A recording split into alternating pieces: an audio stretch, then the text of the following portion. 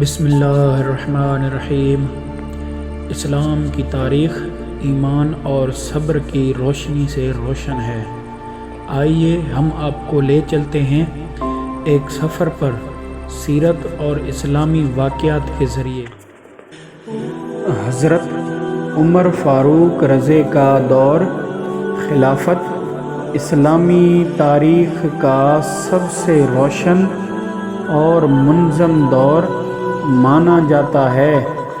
انہوں نے نہ صرف اسلام کی سرحدیں وسیع کی بلکہ اندرونی طور پر ایسا عدل اور انصاف قائم کیا جو آج بھی ایک مثال ہے۔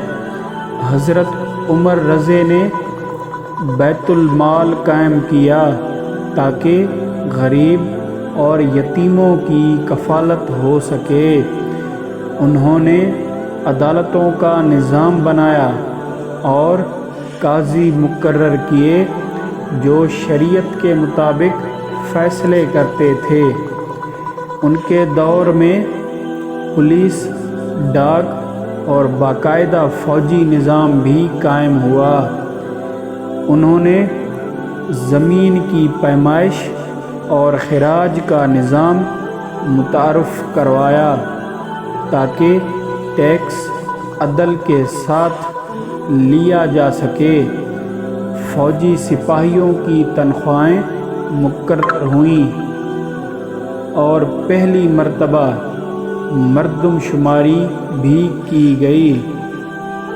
حضرت عمر رضی اپنی رعایا کی خبر گیری کے لیے راتوں کو گشت کرتے تھے۔